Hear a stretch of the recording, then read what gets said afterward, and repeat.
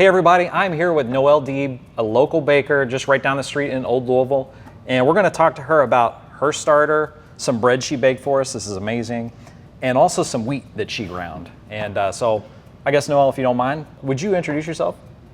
So my name's Noel, obviously. I started El Bread Shop about 7 years ago, and we specialize in stone ground, whole grain sourdough breads and treats. We're located in Old Louisville, right up the street. And I probably baked my first loaf of sourdough in 2012, and it was specifically just because I loved kitchen projects. Like at that time, I was really into just fermenting stuff in general, and then it kind of just like melted into that. And feeding my family is good food's important, and so it quickly became an obsession. Okay. Like I think a lot of people can say when they get hooked on it. Okay. Yeah. Now, like me, did you go through a few hockey puck loaves of bread that were like really dense and short, or did you? I never had like the super flat, like you see, you know, really gummy, like basically gross looking stuff. But like looking back on it, it was pretty decent in the beginning. Wow. And I don't know if that's just because I had a lot of experience in the kitchen already, Okay. or just maybe beginner's luck. Okay. I don't know. So your starter is 7 years old, is that right, approximately? Yeah, you know, have had a starter since 2012, but I think at one point between then and now it did die. Okay. So Yeah. we'll say it's 7 years old. Okay.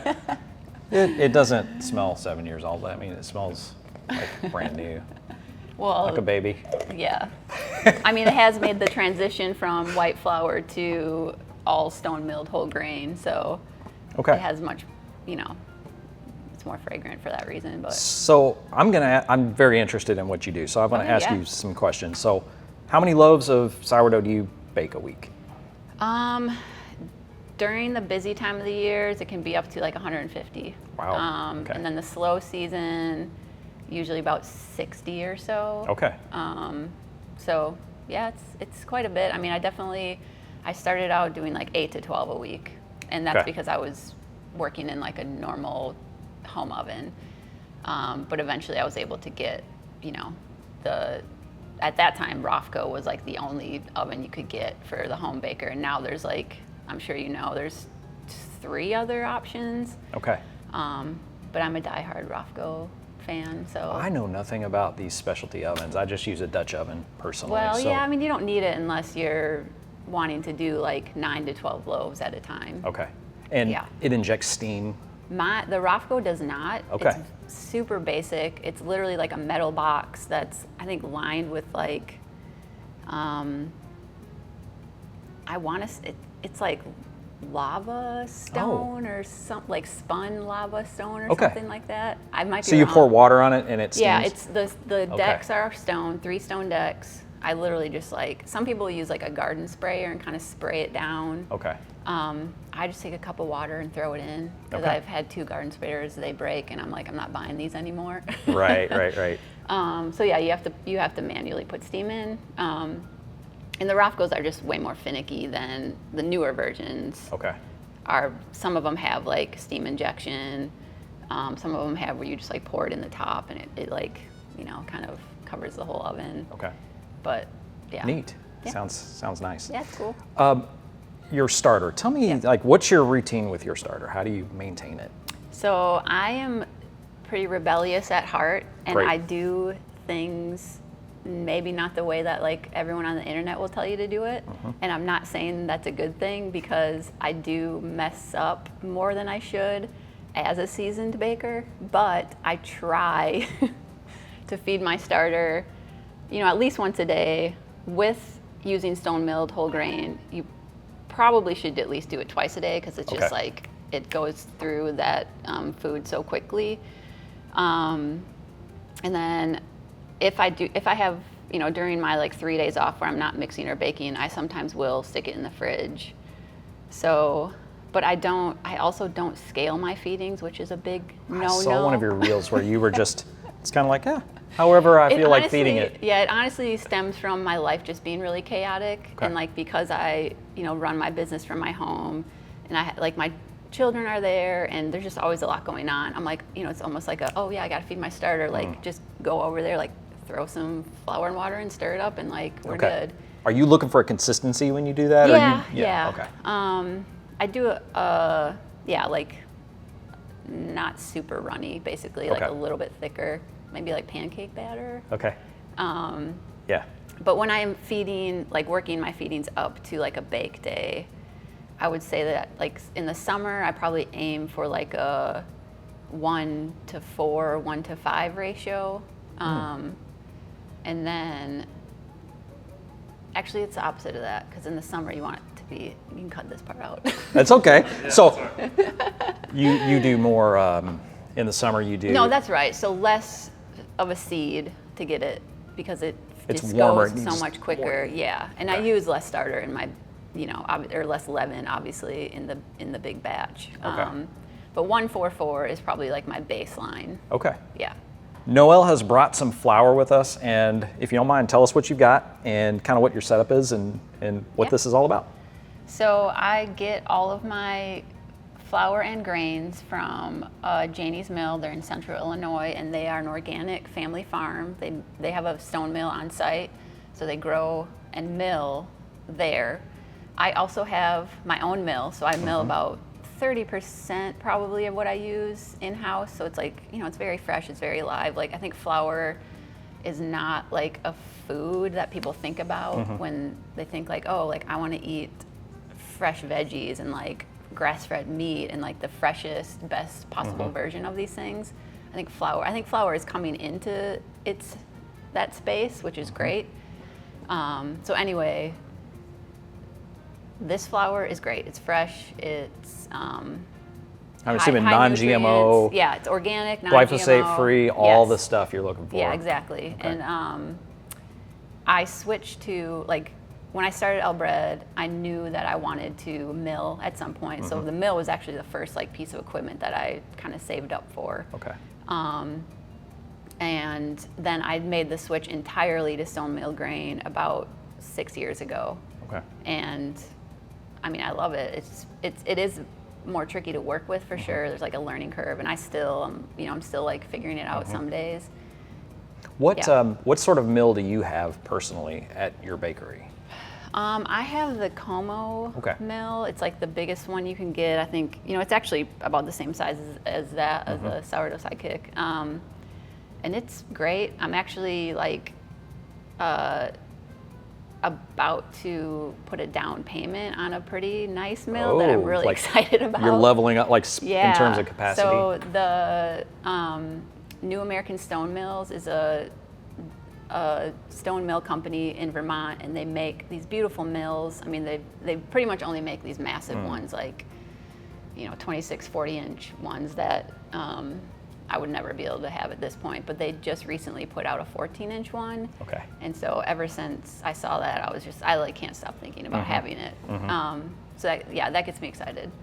I love the fact that you mill and you work with a supplier that kind of mills too. I've personally bought a mill recently as well, just because there's something about like sourdough bread. It's the fermentation. I'm particularly drawn to just like old grains that have been around for a long time. Yeah. And there's something about that is, I don't know, attractive. Like it feels like it's healthier and better for your family, that kind of thing. Yeah. So I'm kind of beginning on a journey you've been on for a long time. Yeah. Tell us about these specific flours here. Sure. So this is a rye flour, which I absolutely love rye. It is very different from other grains, just because it's very low in gluten, so you can't use it the same way as you can, wheat. People are probably think of rye as like a pumpernickel, which has very little actual rye in it. And so if you think of like the old world, like Eastern European breads that like the Volkenbrot or whatever, like the really dense, it's dense like that because of the lack of structure that it's able to have. So like you have to, if you do 100% rye, you have to bake it in a pan. And those breads get me so excited. I make a few of them myself. They're just so flavorful, and I don't think there's anyone else in town that does sourdough rye like that. And so I will continue to do it because it's super special, and Yeah. Now, And then- so this is going to be a lot stiffer when you make your dough. I mean, It's actually like, it's not stiff at all because there's no real bonding. because it's lower gluten. Yes, Okay. it's actually Okay. kind of like a wet Play-Doh. You have to like, you're not like kneading it. You're basically just like squishing it. Okay. And it's like, it's like. Sounds like masa, like a corn. Yeah, that's okay. a good comparison. Yeah, Okay. yeah, a little bit wetter than that, but yeah, very much so. So like, yeah, when you're putting it into a pan, you're literally just like scoop handfuls and like plopping it in there. Oh, and wow. just like smoothing it out. So it's kind of hard to work with.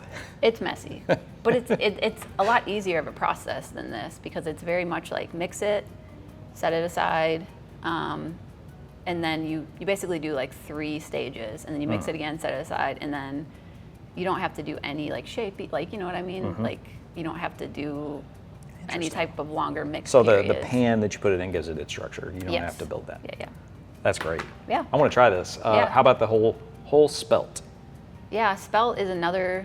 I mean, spelt is up there with one of my top flours as well. Just it's super nutty. I always pair it with sesame or peanut butter. I don't make it that much anymore, but I used to make a peanut butter spelt cookie because I think the first time I ever milled spelt, I like immediately was like smelling peanuts, and so I was like, oh well, yeah, I have to make a peanut butter cookie with this now. And also, like, spelt is an ancient grain as well, as you were talking about. So, like, it does have, it's definitely strong enough to make a loaf, but it is a little bit weaker, and it also, like, takes less, like, if you're using spelt, like, taking your hydration down a little bit, it doesn't soak up as much water. Okay. It's just a note on that. Okay. But spelt's really great flavor, or really great flour, even if you're going to add, like, 10-15% of it to, like, a loaf. It adds like so much flavor. Yeah. Okay. Yeah. All right, and then we've got hard red spring wheat. Is this like the base flour that you use for everything? Yeah. Okay. So that is a high extraction flour, which basically means that I believe that's 80%. So that means that's a 90% extraction. So that means that 10% of the bran has been sifted off of it. Okay. So it just makes it like a little bit lighter. It's still pretty much a whole grain flour, but it is, I guess it makes it a little bit easier to work with. Okay. And yeah, it's just a way to get like, especially if you're transitioning from like using white flour to wanting to do whole grain, it makes it a little bit easier. So Okay. like all of my loaves, that's like the base flour. Okay. I do about 90% of that, and then I'll add in like 10% of the same. Maybe one of these. Yeah, like my base loaf, I'll do like whole wheat. It's the same hard red spring wheat, but I just mill some of it in-house and add some of that to it. Okay. Yeah. Sifting, that's something that I've not done yet with my mill at home. It's something I think I probably should. I mean, the bread I've gotten out of it is amazing. I just do like 100%. Yeah, I mean, something like this, why would you unsifted. Then? Yeah. But there's a texture difference, when I baked with just commercial AP flour and then like a percentage of whole wheat, you get a more, I don't know, springy loaf maybe, or at least I did. Yeah. And the texture was a little softer maybe, Yeah. which I don't necessarily need, but I'm interested in kind of recreating that with fresh milled grain. I mean, I think that using AP flour is always going to give you a little bit of a softer texture, just because it has some of the AP flour, is typically like some bread flour and some like some hard red and some soft mixed together. So like a soft wheat you would use, for cookies, sweet breads, like baked goods that don't need structure. You know what I mean? So something like this though is a good replacement or kind of alternative. Yeah, for sure. I think it's the protein that you want for like a bread flour. So it'll give you the structure that you're looking for. Okay. Yeah. Any tips? I know we've got a lot of aspiring sourdough bakers that watch our content. Any kind of tips? Are there any big, I don't know, something that you think would help somebody that's beginning or like trying to get into the hobby and they want to have success, you know, kind of early on? Yeah, that's a good question. There's a lot of noise right now on the internet. Like, it's good. When I started, there was like just hardly anybody talking about sourdough. And I actually remember thinking like I had like specific questions, and I'd be like, I can't find the answer to this anywhere.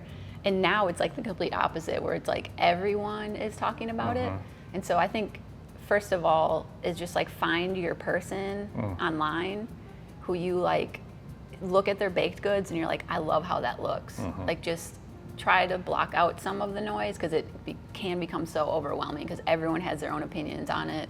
I mean, I would say though a Dutch oven is probably necessary. Like that, I think that in my experience, it gave me great results. Yeah. Just because you get more spring, and I guess it traps steam, and so it kind of hits some of those. Yeah, I've tried more baking on complex just a stone in my oven. Like for a while, before I got my bread ovens, I was trying to like maximize the space in my kitchen oven, and so I had gotten this stone that was like this thick and covered the entire shelf in my oven, but it still was just not the same. Like those ovens aren't meant to hold steam in.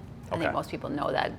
Any steam you put in just immediately gets blasted out. Yeah. And there are methods, like people will use lava stones and pour water on, put them on a tray, pour water in there, etc. But yeah, the Dutch oven, I would even suggest better than that is the combo cooker that Lodge has. And Yes, probably other that's people. what I use. I call it a Yeah. Dutch oven, but it's essentially like a skillet and a deep. It just doesn't have the knob on there, so like you can easily, I think I was able to do 4 at a time. Okay. Not that the beginners want to do that many at a time, Yeah. but if you get to the point where you want to do more, that they just more of those fit in the oven. Plus, you have a skillet if you just want to fry some Exactly. eggs after Yeah. or something. Yeah. One area that I've kind of struggled with, I think I've got the feel for it now, is the proofing phase. When I make a dough and I do stretch and folds and whatever. Again, there's lots of voices saying how to do things. Yeah. How do you know when it is fully proofed? Is there a It's tip? It's hard. It's, Okay. I mean, I also still sometimes struggle. I mean, first of all, like when you're after mix and you're doing your bulk proof, like my first tip would say don't let it get like doubled in size. I think if you let it get doubled in size, the opportunity for it to overproof is greater. Okay. That makes sense. So like a lot of, I think double in bulk, or double, what am I trying to say? Yeah, double in Double volume. in size, volume, Yeah. whatever, like is the typical kind of baking. Like if you look it up, we'll say that. I feel like mine never actually double. Yeah. At least with the mix that I do, they're kind of like maybe 1.5 at the most. Yeah. I mean, I think the only way to get it right every time is to know like bulk time, temperature, like, I mean, you can do, the poke test or whatever, but that even is like confusing. Yeah, it always like, I don't know, Obviously did that you swing want it back to be enough? like or? jiggly, Right. and yeah, I mean, I think for me, I'm trying to like remember how I figure out, like I put all my dough in these tubs, and I kind of know at what point they reach where I'll start shaping them in the tub. So like just cues like that Okay. are kind of important. And I know it's tricky because like temperature is always changing, but I think at least making a somewhat of a mental note of like the temperature of your dough, the temperature of your room, whatever will help you, because like obviously warmer, it could be ready in 3 hours. Right. And then like in the wintertime, I'm sometimes standing around for like 6 hours Okay. because my space is just chilly, a big range. like Do you cold proof or? yes, yeah. So I do stick all the breads in the fridge Okay. overnight. Yeah. So you want to kind of, you definitely don't want to overproof it on the countertop. So you kind of get it just shy of where you need it to be, then you get it into the fridge. That's the goal. Yeah. Overnight? Yeah. Okay. Yeah, that's the Okay. goal. Okay. And again, that changes in the winter and the summer. Like Mm-hmm. the summer, I shape and usually like throw it in there right away because the dough is so warm. It's going to take a while to chill it, and the fridge gets shocked too because like my fridges are empty otherwise. Oh, yeah. So I'm throwing all this warm dough in there, and it's like, oh, now I have to like chill all this really quickly. But then in the winter time, after I shape, I'll probably let it sit out for like another hour because it's cold dough. It's trying to relax again. It's yeah. I mean, temperature is definitely like really important, and I honestly shied away from doing anything temperature related for a very long time. Okay. Okay.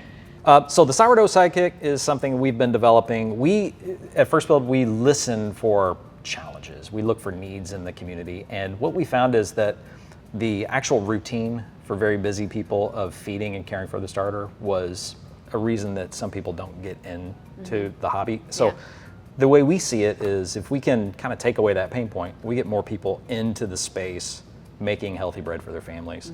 What are your thoughts? I mean, you do this kind of full time, but in terms of, feeding the starter at a schedule so that you don't have to do it, what do you think about that?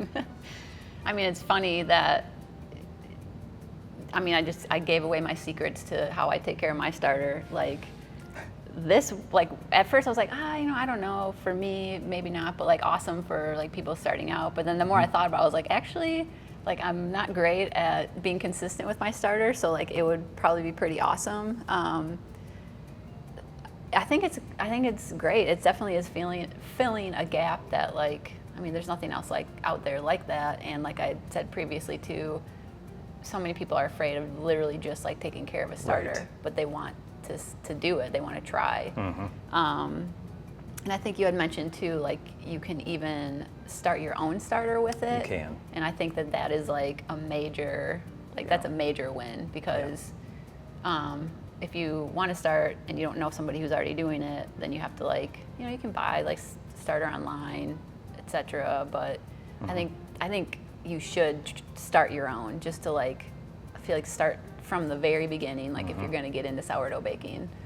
Yeah. We've consistently made from scratch starter in somewhere between 9 and 14 days with this, completely hands off. You set it up, you run it, and you go about your business. And you come back and you've got something that looks very similar to that, and you've got your platform to start baking from. Which that alone is, to me, very powerful, because doing the daily stuff with creating a new starter was a little bit tedious.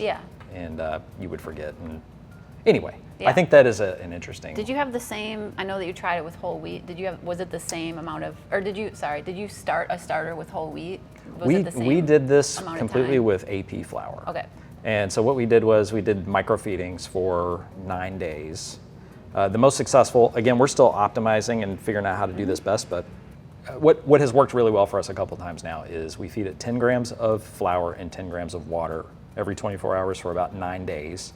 And then we did a discard and put it in and did an auto mode and grew that to the desired amount for a recipe. And that took another, I don't know, maybe 7 days. Okay. Something like that. Yeah. It might have been fewer, it may have been 3 or 4, but that worked really well. We are working with King Arthur Baking to kind of refine what that process looks like. But the goal is to kind of have a set it and forget it kind of way to grow starter. And you can set any time period. So in my mind, I'm it would be useful for me to have it every 12 hours, and that's absolutely, you can do that. Yes, you really can. Very good. So you've got a lot of content on Instagram. Is that your primary platform? Yes. So EL_bread shop. Yes. Okay. Okay. So you're very active on Instagram. You share. I've seen some of your videos where the way you feed your starter. Again, you don't have a scale out, which is really interesting to me. It's EL_bread shop on Instagram. So a lot of good content there. Be sure to check that out. There's one thing here that we sort of just glanced right over, and that's the stirrer. You were just telling me that you have a friend that makes these out of reclaimed materials. And can you tell me more about this and who makes it and what do you do with it? I mean, you basically said what it is, but my internet buddy of mine, his name's Andrew, he makes those. I think he made just a limited run of them, and they're super cool. I didn't realize how much I would love it until I got one. They're just for mixing up your feedings, your sourdough feedings. Simple, looks easy to clean. And cool. Well, I would say link below, but these are super custom. If you reach out to us, and we'll let you know how to get one. Okay. Would you like to cut into the bread? Yes, I will.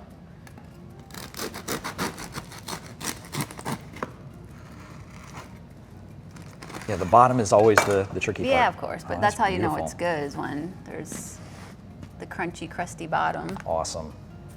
Okay, and then so remind me the flour that's in this. So this is 90% of a high extraction bread flour, which is this. This is a typical recipe for kind of my standard loaf.